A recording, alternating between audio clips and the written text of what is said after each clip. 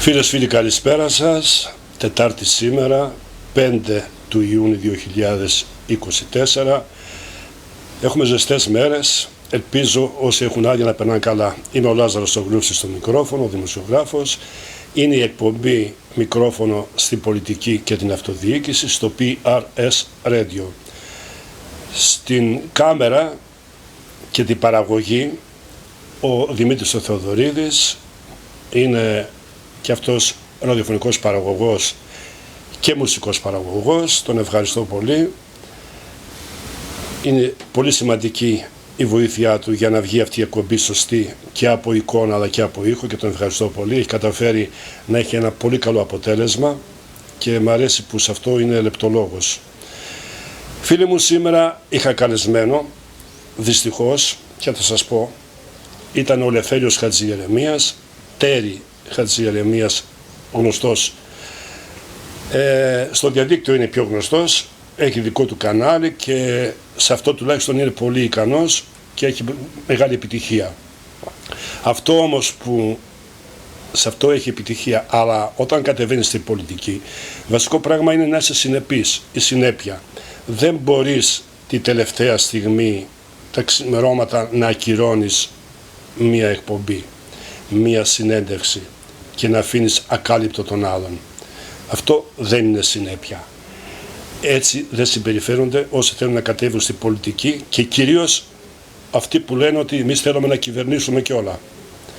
Ας το έχουν υπόψη τους. Δεν πειράζει, εμείς τους αγαπάμε έτσι κι αλλιώς. Δική τους η ευθύνη. Πάντως ζητούμε συγγνώμη γι' αυτό. Σήμερα, επομένως, επειδή δεν έχω καλεσμένο, είναι μια ευκαιρία να μιλήσω λίγο για τις ευρωεκλογές. Δεν έχουν μείνει πολλές μέρες, είναι 3 οι ημέρες που απέμειναν μέχρι που να πάμε στην κάλπη. Αυτό που πρέπει να κάνουμε όμως αυτές τις μέρες όλες, το τελευταίο τουλάχιστον μήνα, ακούσαμε πάρα πολλά ωραία λόγια κλπ. Φυσικά κανείς στο προεκλογικό αγώνα δεν θα πει δυσάρεστα πράγματα. Αυτό όμως πρέπει εμείς να κρίνουμε, να δούμε κατά πόσον είναι αξιόπιστος αυτός που τα λέει και κυρίως αυτός που έχει κυβερνήσει. Άρα λοιπόν να δούμε λίγο τα κόμματα που κυβέρνησαν από τη μεταπολίτευση και εδώ, τα λεγόμενά τους συμβαδίζουν με τις πράξεις τους. Αυτό να το κρίνουμε. Τι έχουμε διαπιστώσει όμως?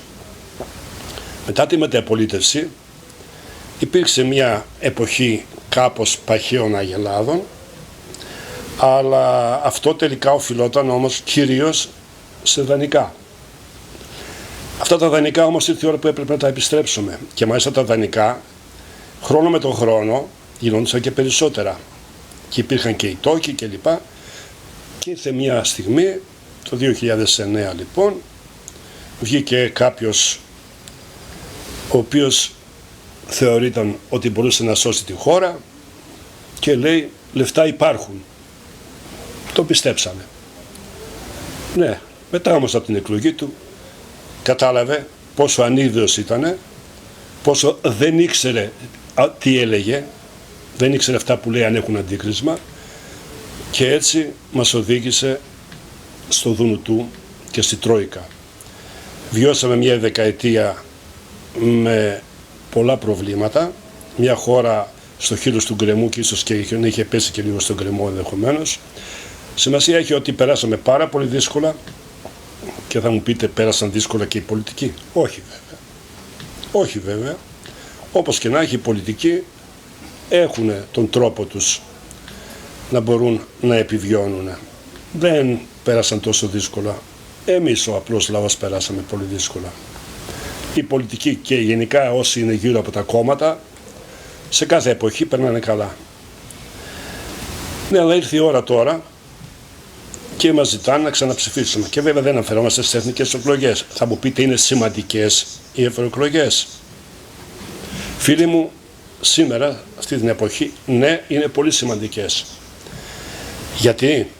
Γιατί οι περισσότεροι νόμοι που ψηφίζονται πλέον στα κράτη-μέλη της Ευρωπαϊκής Ένωσης είναι κατόπιν οδηγιών ή νομοθετημάτων ή επιβολής, αν θέλετε, από την Ευρωπαϊκή Ένωση. Δηλαδή περίπου το 70% των νόμων που ψηφίζονται προσαρμόζονται με βάση τις εντολές που παίρνουμε από την Ευρωπαϊκή Ένωση. Αφού λοιπόν αυτό συμβαίνει και αφού είμαστε στην Ευρωπαϊκή Ένωση, θα πρέπει να βρούμε έναν τρόπο σαν χώρα να μπορούσαμε οι ευρωβουλευτές μας, 21 ευρωβουλευτές που δυστυχώς δεν ομονούν πάντα, δηλαδή όταν έρχονται ψηφίσματα, δεν ξέρω, δεν είμαι στην Ευρωβουλή για να ξέρω αν όντως κυκλοφορούσαν διάφορα, βέβαια γραφόντουσαν ότι κάποιοι υπήρξαν φορές που ψήφισαν και κατά της χώρας. Δεν θέλω να το πιστέψω αυτό. Για να το λένε κάτι θα συνέβη. Ερχόμαστε λοιπόν τώρα 21 ευρωβουλευτές από όλα τα κόμματα. Εκεί, φίλοι μου, πρέπει να πηγαίνουμε σαν εθνική. Δεν έχει σημασία σε ποιο κόμμα, γιατί και εκεί πέρα εντάσσονται σε διάφορα κόμματα. Δεν είναι δηλαδή, υπάρχουν ομάδες κομμάτων οι οποίες λειτουργούν σαν αυτοδύναμες και κάθε μία προσπαθεί να έχει επιρροή σε διάφορες αποφάσεις της Ευρωπαϊκής Ένωσης. Όπου όμως και αν εντάσσονται, θα πρέπει σαν βασική τους ας πούμε έννοια να έχουν, να υποστηρίξουν τα εθνικά συμφέροντα. Δεν νοείται κάποιος να πάει εκεί και να μην υποστηρίξει τα εθνικά συμφέροντα. Να έρθουμε τώρα όμως εδώ. Ναι, μας λες να υποστηρίξουν τα εθνικά συμφέροντα. Για να γίνει αυτό όμως, μήπως πρέπει να έχει και γνώσεις. Αλήθεια, όλοι οι ευρωβουλευτές που μέχρι σήμερα τουλάχιστον γνωρίζουμε, θα πάμε και στους υποψηφίους μετά, ήταν αυτοί οι οποίοι είχαν τις γνώσεις, αν θέλετε, είχαν και την ικανότητα και τα προσόντα και τα τυπικά και τα ουσιαστικά. Όχι όλοι, φίλοι μου. Αν κάτσει κάποιος και δει και παρακολουθήσει τι συνέβη στην Ευρωβουλή, τα ψηφίσματα που περάσαν κτλ., σε πόσα συμμετείχανε, αν θέλετε πόσες φορές πήραν το λόγο ευρωβουλευτές, θα καταλάβετε πόσοι από αυτούς πραγματικά έχουν γνώση ή είχαν γνώση και μπορούσαν να υποστηρίξουν τα εθνικά συμφέροντα. Δυστυχώς και σήμερα οι υποψήφοι κομμάτων είναι αρκετοί αυτοί που τα φώτα της δημοσιότητας είναι πεσμένα επάνω τους. Και εννοώ ότι αυτοί που τέλος πάντων έχουν, αν θέλετε, εκτελούν κάποια δουλειά ή κάτι κάνουν, είτε είναι στην τηλεόραση, είτε είναι αθλητές, είτε λοιπά, και σίγουρα είναι αναγνωρίσιμοι. Εμείς δεν θα βάλουμε όλους στο ίδιο τσουβάλι. Φυσικά δεν σημαίνει ότι όποιος είναι αναγνωρίσιμος δεν μπορεί να έχει και προσόντα. Αλλά επειδή έχουν δείξει, αν θέλετε, στην πορεία τους αυτοί τις ικανότητές τους, τουλάχιστον αυτοί που πέρασαν από την Ευρωβουλή, καλό θα είναι, εάν σκεφτόμαστε να τους ξαναστείλουμε, να το σκεφτούμε μια δεύτερη φορά. Τι κάνουμε τώρα? Καθόμαστε λοιπόν, αφού ακούσαμε, παρακολουθήσαμε κτλ. Καταρχάς θα ήθελα να πω ότι καλό θα είναι πάλι να ψηφίσουμε όλοι μας. Η αποχή δεν είναι πολιτική πράξη. Και να θυμάστε, η αποχή είναι πάντα υπέρ του πρώτου κόμματος. Πάντα υπέρ του πρώτου κόμματος. Πάντα βοηθάει το πρώτο κόμμα. Δεν ξέρω, πηγαίνατε να ψηφίσετε, να ψηφίζετε, αλλά καλό είναι να πάτε και ψηφίσετε ό,τι θέλετε, ό,τι επιλέξετε. Για να δούμε τελικά σε τοπικό επίπεδο, σε εθνικό επίπεδο τι έχει συμβεί. Καταρχάς, χρεοκόπησε η χώρα. Άρα κάποιοι έχουν ευθύνη. Ποιοι? Φυσικά αυτοί που πέρασαν από αυτές τις κυβερνήσεις. Αυτοί που κυβέρνησαν. Και τα κόμματα, αλλά και αυτοί που βρίσκονται στα κόμματα. Και υπάρχουν ακόμα περισσότεροι από αυτούς. Άρα θα πρέπει να σκεφτούμε, να το λάβουμε υπόψη μας και αυτό όταν θα αρχίσουμε, όταν θα θέλουμε μάλλον να καταλήξουμε τι θα ρίξουμε στη ψηφοδόχο. Ήρθε το μάτι, η μάντρα και τα τέμπη. Κάποιοι είχαν ευθύνες για αυτά. Παιδιά, χάθηκαν άνθρωποι, 110 εκεί, 57 τώρα εδώ στα τέμπη και τα λοιπά. Και τελικά βλέπουμε ότι βρέθηκε για τα τέμπη ο μηχανοδηγός και ένας-δύο άλλοι, άρα αποδόθηκε η δικαιοσύνη και τελείωσε. Ναι, αλλά υπάρχει όμως ένας σύλλογος επιζώντων αλλά και ανθρώπων οι οποίοι χάσαν δικούς τους ανθρώπους, οι οποίοι υποστηρίζουν ότι εδώ μιλάμε για έγκλημα και δεν μιλάμε για μια τραγωδία, γιατί είναι πραγματικά μια εθνική τραγωδία, αλλά μιλάνε ότι είναι ένα έγκλημα και προσπαθούν με διάφορους τρόπους, αν θέλετε, να ευαισθητοποιήσουν περισσότερο τη δικαιοσύνη, να αποδώσει δικαιοσύνη. Θα πρέπει να δικαιωθούν αυτές οι 57 ψυχές, αλλά δεν είναι μόνο αυτοί. Πήγαν και τραυματίες οι οποίοι κάηκαν και έχουν πάνω στο σώμα τους ακόμα πληγές, αλλά και στη ψυχή τους. Και οι οικογένειές τους υποφέρουν και των ανθρώπων που χάσανε, αλλά και αυτών που βρίσκονται ακόμα εν ζωή, αλλά έχουν πολλά προβλήματα ακόμα. Κάποιοι έχουν ευθύνη. Έγιναν κάποιες δίκες, σχετικά αναφέραμε στο Μάτι. Ξεσηκώθηκε όλος ο κόσμος. Μιλάμε για ποινές οι οποίες φυσικά παιδιά για πλημέλημα και τα λοιπά. Κανείς δεν τιμωρήθηκε φυσικά από πολιτικός, όπως και στα Τέμπη. Δεν ξέρω, δεν μπορώ εγώ να βγάλω απόφαση. Αλλά καλό θα είναι όμως κάποια στιγμή να φύγει αυτός ο νόμος και να αρθεί αυτή η ασυλία, να μην χρειάζεται, δηλαδή ποτέ δεν θα μπορούν να άρουν την ασυλία στη Βουλή μέσα, γιατί πάντα θα είναι μια πλειοψηφία που δεν θα άρει την ασυλία για να δικαστούν. Να μην υπάρχει. Και αν πράγματι θεωρούν ότι δεν έχουν ευθύνη, να πάνε στη δικαιοσύνη. Δεν χρειάζεται να καλύπτονται πίσω από την ασυλία. Πάμε να δούμε όμως και άλλα πράγματα. Δεν είναι μόνο αυτά. Ένα σοβαρό πρόβλημα που αντιμετωπίζει η κοινωνία μας είναι η ακρίβεια. Την αποκαλούν εισαγόμενη ακρίβεια. Σε ένα βαθμό δεν θα λέγω ότι δεν είναι και εισαγόμενη. Φυσικά και είναι και σε ένα βαθμό εισαγόμενη. Εννοώ με την έννοια ότι αυτές οι μεγάλες εταιρείες, οι πολυεθνικές, πραγματικά δεν ξέρω για ποιο λόγο τιμολογούν διαφορετικά σε διάφορα κράτη, αλλά αυτό που συμβαίνει είναι το εξής. Στις βόρειες χώρες που θεωρούνται πιο πλούσιες και πράγματι οι μισθοί είναι υπερδιπλάσιοι και τριπλάσιοι από τις νότιες χώρες και κυρίως από την Ελλάδα, συμβαίνει να είναι πιο φτηνά τα ίδια προϊόντα, ακριβώς το ίδιο προϊόν, απλά σε άλλα κράτη διαφέρει το όνομα και οι λόγοι είναι ευνόητοι γιατί τους αλλάζουν όνομα. Βέβαια επιβλήθηκε μια ποινή, εννοώ ένα πρόστιμο 330 εκατομμύρια σε μια πολυεθνική, η οποία στη χώρα μας έχει αρκετά προϊόντα γνωστά, πολύ γνωστά, και μάλιστα πολλά από αυτά καταναλώνονται και από παιδιά, που σημαίνει ότι τα αγοράζουμε περισσότερο. Δηλαδή αποτελούν, ας πούμε, ένα βασικό αγαθό, ας πούμε, με την έννοια ότι τα παιδιά μας δεν θέλουν να τα στερούμε από κάποια πράγματα. Αλλά δεν είναι μόνο αυτή η εταιρεία. Δεν μπορούμε, λέγοντας ότι είναι, αν θέλετε, εισαγόμενη ακρίβεια, να επαναπαυθούμε. Θα πρέπει να βρούμε τρόπους, δικλείδες ασφαλείας. Θα πρέπει να βρούμε τρόπους, και όταν λέω να βρούμε, εννοώ η κυβέρνηση, να βρει τρόπους ώστε να μπορέσει να ελέγξει και να έρθουν, αν θέλετε, τα ίδια είδη, το ίδιο είδος, σε τιμές, να μην πω πολύ χαμηλότερες από τις άλλες χώρες ευρωπαϊκές, αλλά τουλάχιστον στις τιμές που υπάρχουν σε αυτές τις ευρωπαϊκές χώρες που έχουν πολύ υψηλότερο εισόδημα, κατά κεφαλήν εισόδημα υπερδιπλάσιο των Ελλήνων.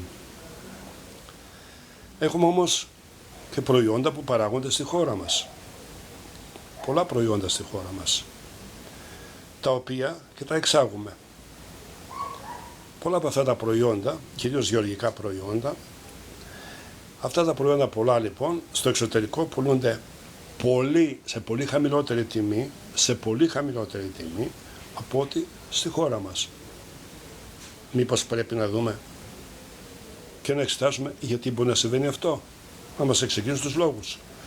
Γιατί βάσει κοινής λογικής, κάτι που εξάγεται, που σημαίνει ότι επιβαρύνεται με επιπλέον μεταφορικά και άλλα, σίγουρα θα έπρεπε να ήταν ακριβότερο. Να σημαίνει το αντίθετο. Φτηνότερα εκεί, ακριβότερα εδώ. Να πάμε λίγο σε έναν πρόσφατο νόμο. Ένα νόμο που αφορά την πυροπροστασία. Καλό θα είναι να ασχοληθούμε σοβαρά με την περιπροστασία. Δεν θα έλεγα όχι. Θα έπρεπε να υπάρχει ένας νόμος που πραγματικά να μας υποχρεώνει, γιατί οι πολίτες δεν είμαστε άμυροι ευθυνών, πρέπει να είμαστε υπεύθυνοι. Πρέπει να έχει ο καθένας την ευθύνη του. Δηλαδή, τους χώρους που έχουμε θα πρέπει να φροντίζουμε, να τους καθαρίζουμε, για να εννοούμε από χόρτα κτλ. Ή άλλες εστίες πυρκαγιάς. Δεν θα πρέπει να επαναπαυόμαστε ότι αυτά πρέπει να τα κάνει το κράτος. Και οι ίδιοι έχουμε την ευθύνη. Αλλά άλλο αυτό και άλλο να επιβάλλεις στους πολίτες να χρησιμοποιήσουν μηχανικούς, πυροσβέστες, διάφορες άλλες ειδικότητες, ώστε να επιβεβαιώσουν, τώρα συγγνώμη δεν έχω στα χέρια μου ακριβώς το νόμο για να σας πω ακριβώς, αλλά να τον υποχρεώσει τον άλλο να πληρώσει χρήματα για να μπορούν να επιβεβαιώσουν αυτοί και αν θέλετε να δώσουν οδηγίες κτλ. Για να μπορέσεις εσύ να διασφαλιστείς και πρέπει να το ανεβάσεις σε μια πλατφόρμα. Αυτό βέβαια αφορά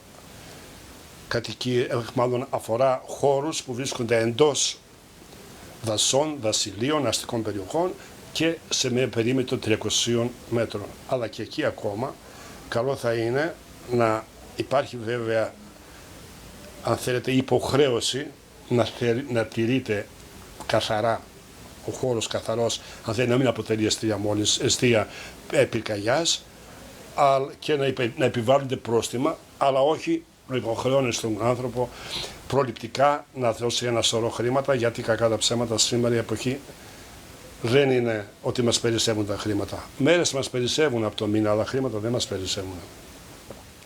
Καλό θα είναι το να εξετάσουν το θέμα, να δουν πώς μπορεί να γίνει, ώστε το κράτος να πάρει περισσότερες ευθύνες πάνω σε αυτό το θέμα, με την έννοια να στείλει υπηρεσίες κτλ., ώστε να επιβεβαιώσουν και αν θέλετε το ίδιο το κράτος να μπορέσει να τεκμηριώσει ότι όντως αυτό δεν αποτελεί πλέον εστία πυρκαγιάς και να μπορέσει να δώσει οδηγίες τι πρέπει να γίνει για να μπορέσουν οι άνθρωποι αυτοί που έχουν μεγάλους χώρους ειδικά και τα λοιπά μέσα σε δάση και λοιπά, για να μπορέσουν, εάν προκύψει κάτι, να μπορέσουν να τουλάχιστον να κάνουν τις πρώτες προσπάθειες πυρόσβεσης μέχρι που να έρθει η πυροσβεστική, γιατί όταν μιλάμε για πολύ μεγάλους χώρους είναι δύσκολο να μπορεί κάποιος από μόνος του να σβήσει μια φωτιά. Είπαμε για την Ατέμπη, είπαμε για τα θέματα της ακρίβειας, είπαμε για το θέμα που είναι επίκαιρο, γιατί πραγματικά είμαστε σε μια εποχή που είναι οι θερμοκρασίες πολύ ψηλές και αν θέλετε ο βαθμός επικινδυνότητας σε ό,τι αφορά τις πυρκαγιές είναι πολύ υψηλός. Και από ό,τι φαίνεται και από ό,τι λένε, αυτό το καλοκαίρι θα είναι ίσως από τα πιο ζεστά. Υπάρχουν και πολλά άλλα όμως σε αυτή τη χώρα που πρέπει να αλλάξουν. Τα πράγματα έτσι όπως δείχνουν, μάλλον αυτή η χώρα είναι στον αυτόματο, δηλαδή πολλά πράγματα αυτορυθμίζονται ή αν θέλετε ο έλεγχος ουσιαστικά δεν είναι επαρκής σε πολλά πράγματα. Έχουμε μια διαφθορά στο δημόσιο. Μην ξεχνάμε τελευταία σε μια δοή το τι συνέβη. Πόσοι κατηγορούνται και θα δικαστούν. Βέβαια αυτό θα μου πείτε είναι μεμονωμένο γεγονός. Νομίζω ότι κοινό μυστικό είναι ότι συνέβαινε και συμβαίνει. Ελπίζω κάποια στιγμή να υπάρξει ένας τρόπος να μην δίνεται η δυνατότητα, ενώ να υπάρχουν δικλείδες ασφαλείας, να μπορούν να χρησιμοποιούν, αν θέλετε, την θέση που έχουν για να εκμεταλλεύονται επιχειρηματίες και να βγάζουν χρήματα και στο τέλος να χάνει το δημόσιο, ενώ από φόρους, από ίσπραξη φόρων, και ουσιαστικά όταν αποφεύγουν αυτοί να πληρώνουν, ποιος πληρώνει? Ο υπόλοιπος λαός. Αυτοί που είναι εύκολα ελεγχόμενοι. Και ποιοι είναι αυτοί? Οι εργαζόμενοι, οι υπάλληλοι και οι συνταξιούχοι, που δεν μπορούν να κρύψουν. Υπήρξαν διαμαρτυρίες πολλές για τον νόμο σχετικά σε ό,τι αφορά τους ελεύθερους επαγγελματίες. Κοινό μυστικό, παιδιά, δηλαδή δεν ζούμε σε άλλη χώρα, ότι οι γιατροί, μηχανικοί, δικηγόροι, ηλεκτρολόγοι, ό,τι μπορεί να φανταστείς, συνεργεία μέχρι ακόμα και στις λαϊκές, ότι υπάρχει μεγάλη φοροδιαφυγή. Δεν ξέρω ποιος θα είναι ο τρόπος που θα μπορεί να ελεγχθεί, να παταχθεί πλήρως είναι έως 100, πάρα πολύ δύσκολο στο κατόρθωτο, αλλά να μειωθεί σε ένα πολύ σημαντικό βαθμό. Ας βρούνε λοιπόν τον τρόπο τους ώστε να μπορέσουν.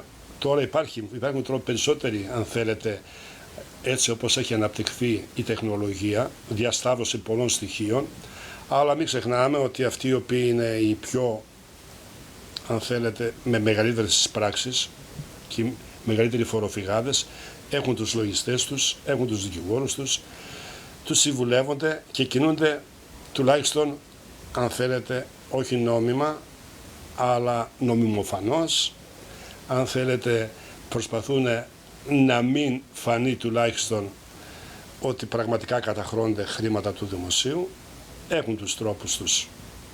Και έτσι, όταν έχεις έναν δυνατό και μεγάλο λογιστή, ο οποίος ξέρει πάρα πολύ καλά, και έναν δικηγόρο, αυτός σε καθοδηγεί και βρίσκεις τρόπους. Αυτό όμως που οφείλει να κάνει το κράτος, πρέπει να βρει τους τρόπους που θα μπουν δικλείδες ασφαλείας, να μην υπάρχουν, αν θέλετε, αυτοί οι τρόποι. Γιατί κακά τα ψέματα, τα χρήματα δεν κρύβονται όπως και ο Βίγας. Κάπου φαίνονται αυτά τα χρήματα και ο περίγυρος ξέρει. Όταν ένας γιατρός ή ένας μηχανικός ή ένας οποιοσδήποτε παραπονιέται ότι φορολογείται και πληρώνει πολύ φόρο κτλ. Και ότι δεν υπάρχουν χρήματα, δεν είμαστε τυφλοί, βλέπουμε γύρω μας τον τρόπο ζωής τους, τα πολλά ταξίδια τους κτλ. Πολλά τα θέματα, φίλοι μου, σε αυτή τη χώρα. Ελπίζω κάποια στιγμή, επειδή είμαστε στην Ευρωπαϊκή Ένωση και η οποία λίγο σιγά σιγά αρχίζει ενδεχομένως, δεν ξέρω αν θα καταφέρει κάποια στιγμή να ολοκληρωθεί και να μπορεί να ελέγχει, γιατί όταν δίνει χρήματα θα πρέπει να ελέγχει αν πράγματι αυτά τα χρήματα πηγαίνουν εκεί όπου πρέπει και αν γίνονται πραγματικά τα έργα όπως πρέπει. Γιατί μπορεί να γίνονται έργα, για παράδειγμα, μπορεί να γίνεται ένας δρόμος, να κοστολογείται, να πληρώνεις και μετά από ένα διάστημα, ούτε καν έτους, δεν χρειάζεται επισκευή. Μήπως αυτό θα πρέπει να το λάβουμε υπόψη μας?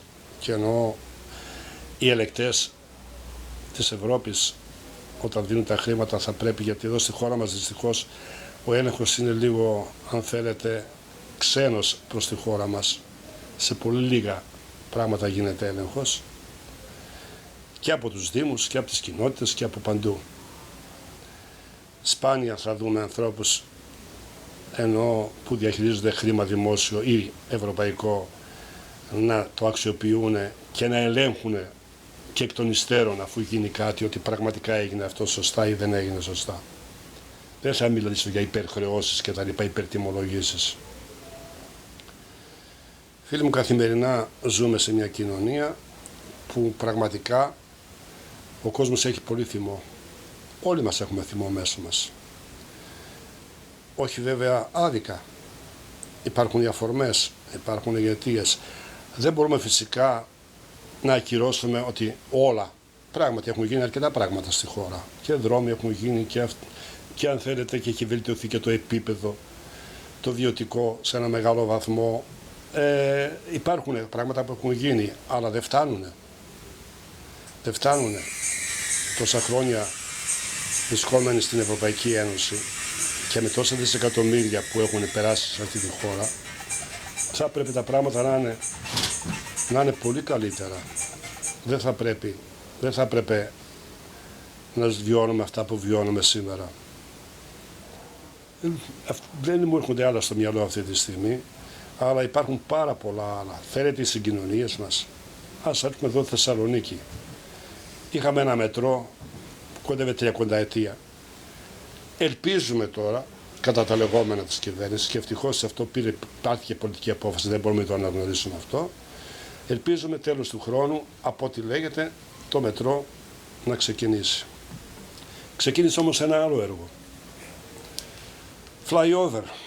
Τώρα, συμφωνείτε ή διαφωνείτε, το θέμα είναι ότι ξεκίνησε και δεν μπορεί να σταματήσει. Και δεν πρέπει να σταματήσει και να κοιτάξουμε κάτι άλλο. Αυτό, αν ήταν να γίνει, έπρεπε να γίνει πριν ξεκινήσει. Αυτή τη στιγμή βρίσκεται σε εφαρμογή, έχουν ξεκινήσει τα έργα.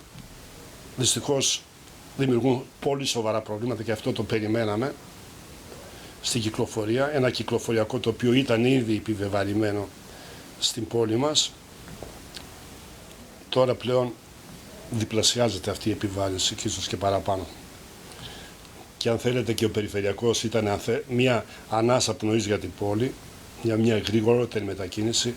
Σήμερα ο περιφερειακός λόγω των έργων, ενώ αυτή την εποχή, έχει καταστεί βάσανο μεγάλο. Εγκλωβίζονται πολλές φορές οδηγοί από ότι τουλάχιστον παίρνουν και μας λένε στα ραδιόφωνα κτλ. 1 και 2 ώρες για να μπορέσουν να διασχίσουν από την ανατολική στη δυτική πλευρά της πόλης. Σοβαρά προβλήματα. Βέβαια το χρονοδιάγραμμα προέβλεπε 4 και προβλέπει 4 έτη. Με τις ενστάσεις που γίνονται όμως, κάτι παρόμοιο πάμε με το μετρό.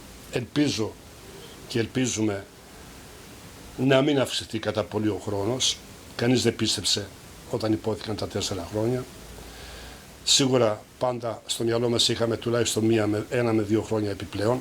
Ελπίζω να μην είναι πολύ περισσότερα. Και ελπίζω όσο θα προχωράει το έργο σιγά σιγά να αρχίσει να αποκλιμακώνεται η κίνηση στο περιφερειακό, να δίνονται περισσότερες λωρίδες σε διαστήματα για να μπορέσουμε να έχουμε πιο εύκολη μετακίνηση και να μην επιβαρύνεται το κέντρο της πόλης τόσο. Γιατί μην ξεχνάμε, μιλάμε και για τουρισμό. Θα έχουμε και τουρισμό. Ο κόσμος αυτός όταν θα έρθει σε μια πόλη ή θα θέλει να διασχίσει έναν δρόμο για να πάει στη Χαλκιδική, κυρίως που πάνε και όσοι πάνε βέβαια ανατολικά, σίγουρα δεν θα πάει στη χώρα του και να πει τα καλύτερα. Σίγουρα θα πάει και θα δυσμίσει τη χώρα μας. Δεν ξέρω αν ήταν καλύτερο να είχε ξεκινήσει πρώτα το μετρό και μετά να ξεκινούσε αυτό το έργο. Δεν ξέρω ποιος ήταν ο λόγος που τους έκανε να γίνει τόσο βιαστικά. Λέγεται ότι θα ήθελε η κυβέρνηση σε επόμενες εκλογές να έχει σε έναν βαθμό ολοκληρώσει αυτό το έργο για να μπορεί να το προβάλλει. Δεν ξέρω και δεν μπορώ να το πω υπεύθυνα αυτό γιατί δεν μπορώ να είμαι βέβαιος γι' αυτό. Αλλά σίγουρα υπήρξε, αν θέλετε, πολύ βεβαιασμένη απόφαση και ξεκίνησε πολύ γρήγορα. Ενώ υπήρχαν διάφορες άλλες εισηγήσεις, έπρεπε λίγο να περιμένουμε να ξεκινήσει το μετρό για να μπορέσει, αν θέλετε, να αποσυμφορήσει λίγο την κίνηση, τουλάχιστον στο κέντρο της πόλης. Πάρα πολλά τα προβλήματα, βέβαια. Έχουμε και πολέμους, 2 πολέμους σε εξέλιξη, οι οποίοι δεν ξέρουμε πού θα μας οδηγήσουν, αλλά σίγουρα θα δημιουργήσουν και αυτοί πάλι ροές μεταναστών. Γιατί όταν μια περιοχή είναι σε εμπόλεμη κατάσταση, οι άνθρωποι και φυσικό είναι να πάνε να ψάχνουν κάπως ένα μέρος πιο ασφαλές. Και από ό,τι φαίνεται, αυτό το ασφαλές μέρος πιο ασφαλές είναι η Ευρώπη για πολλούς. Το κακό είναι ότι η Αμερική βάζει παντού το χεράκι της, ανοίγει πληγές, ξεκινάει με τον τρόπο της πολέμους και τελικά η Αμερική, επειδή είναι πολύ μακριά, μένει αμέτωχη και δεν, αν θέλετε, σε ένα πολύ μεγάλο βαθμό δεν πληρώνει τις συνέπειες με την έννοια που την πληρώνουμε εμείς οι ευρωπαϊκές χώρες. Φίλοι μου, επειδή δεν έχουμε χρόνο και επειδή ο συνεργάτης μου θα πρέπει να πάει κάπου και δεν θα προλαβαίνει άλλο, θα κλείσω εδώ, ίσως να μου δοθεί ευκαιρία να πω περισσότερα σε μια άλλη εκπομπή, εννοώ αν προλάβω πριν από τις εκλογές. Σχετικά με την αυριανή καλεσμένη θα την ανακοινώσουμε και την κοινοποιήσουμε και την Παρασκευή έχουμε έναν ακόμα καλεσμένο και θα κλείσουμε σε ό,τι αφορά το προεκλογικό μας πρόγραμμα με τις εκπομπές μας. Ευχαριστώ πάρα πολύ, να έχετε ένα καλό απόγευμα και όπως λέω πάντα να αγαπάτε και τον εαυτό σας και τους συνανθρώπους σας και να εκτιμάτε αυτά που έχετε. Καλό απόγευμα να έχετε, φίλοι μου. Σας ευχαριστώ πολύ που είχατε την υπομονή να με ακούσετε.